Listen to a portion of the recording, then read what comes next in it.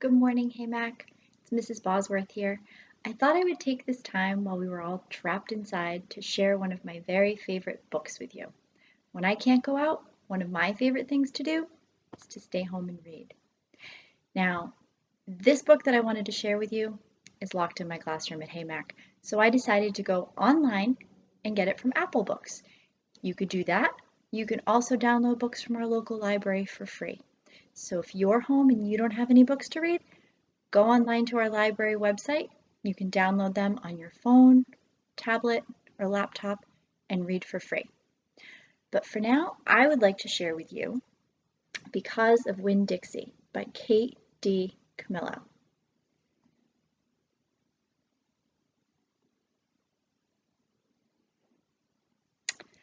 I'm going to do this in segments, so I'll probably read a couple chapters to you today. Then if you check back in a few more days, I'll have a couple more chapters posted. So here we go. Chapter 1.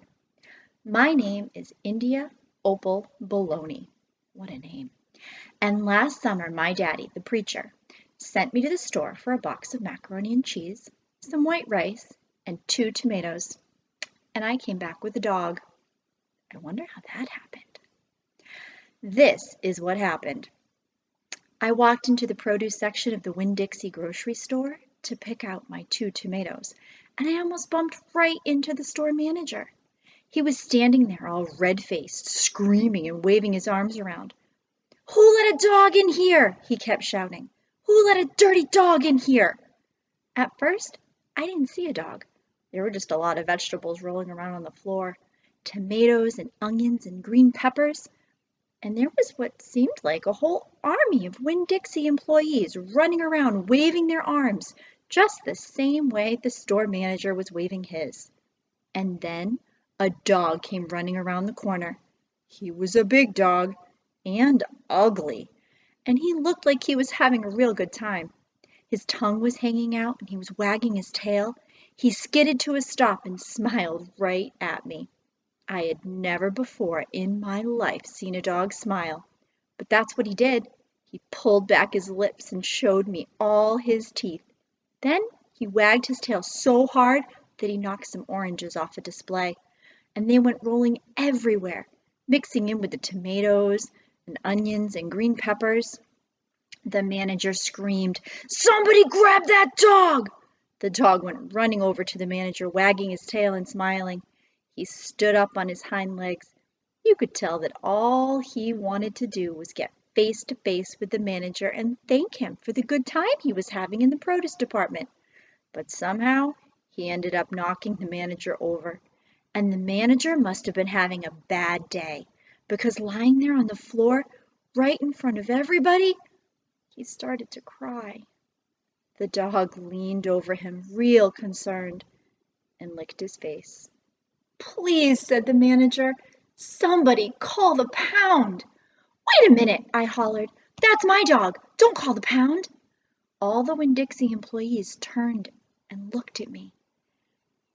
And I knew I had done something big, and maybe stupid too.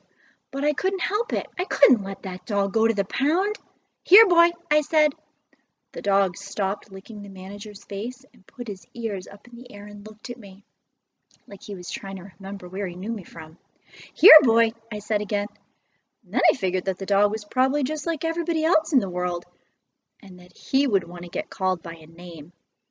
Only I didn't know what his name was, so I just said the first thing that came into my head. I said, "Here, Winn-Dixie," and the dog came trotting over to me just like he had been doing it his whole life. The manager sat up and gave me a hard stare, like maybe I was making fun of him. "It's his name," I said. "Honest." The manager said, "Don't you know not to bring a dog into a grocery store?" "Yes, sir," I told him. "He got in by mistake. I'm sorry. It won't happen again. Come on, Winn-Dixie," I said to the dog. I started walking, and he followed along behind me as I went out of the produce department, down the cereal aisle, and past all the cashiers and out the door. Once we were safe outside, I checked him over real careful. He didn't look that good. He was big, but skinny. You could see his ribs. There were bald patches all over him, places where he didn't have any fur at all.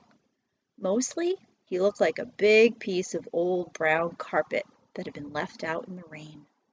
That's a great picture the author creates in your mind right there. I can see what Winn-Dixie looks like. "You're a mess," I told him. "I bet you don't belong to anybody." He smiled at me. He did that thing again where he pulled back his lips and showed me his teeth. He smiled so big that it made him sneeze. It was like he was saying, "I know I'm a mess. Isn't it funny?" It's hard not to immediately fall in love with a dog who has a good sense of humor. "Come on," I told him. "Let's see what the preacher has to say about you." And the two of us, me and Winn-Dixie, started walking home. That's the end of chapter 1. What do you think of India Opal Bologna? What kind of character is she in her story? Why did she save Winn-Dixie from the grocery store? Didn't want him to go to the pound. Wonder what that says about her. Good readers always ask themselves questions as they read. Let's start chapter 2 and see if we find some answers. That summer, I found Winn-Dixie was also the summer me and the preacher moved to Naomi, Florida, so he could be the new preacher at the Open Arms Baptist Church of Naomi. My daddy's a good preacher and a nice man, but sometimes it's hard for me to think about him as my daddy because he spends so much time preaching or thinking about preaching or getting ready to preach. And so in my mind, I think of him as the preacher.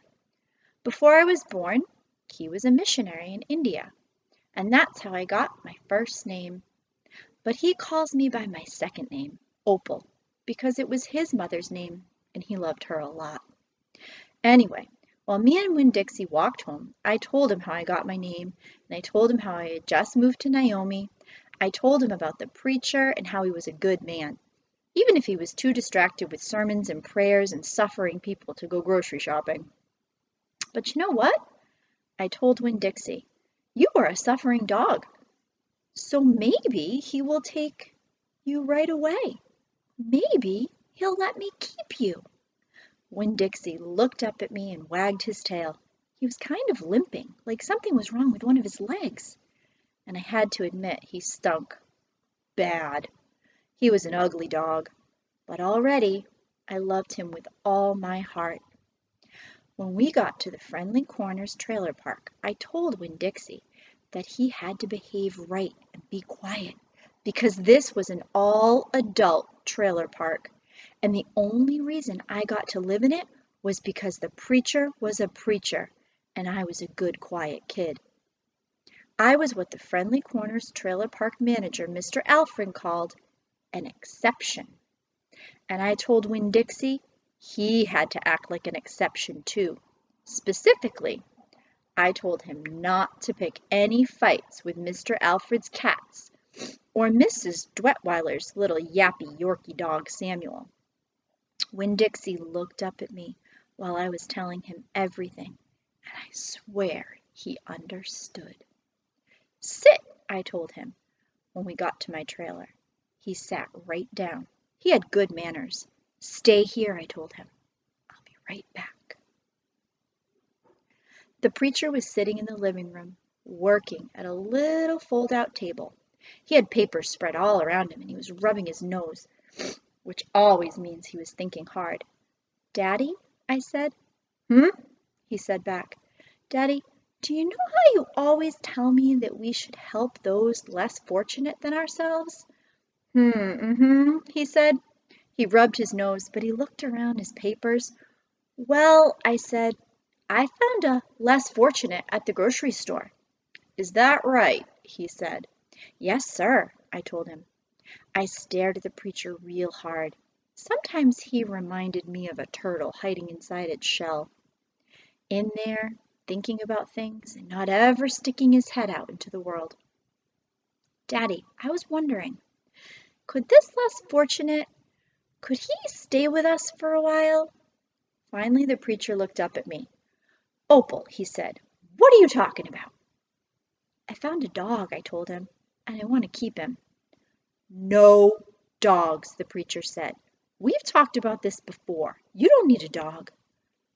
"I know it," I said. I know I don't need a dog, but this dog needs me. Look, I said. I went to the trailer door and hollered, Winn-Dixie!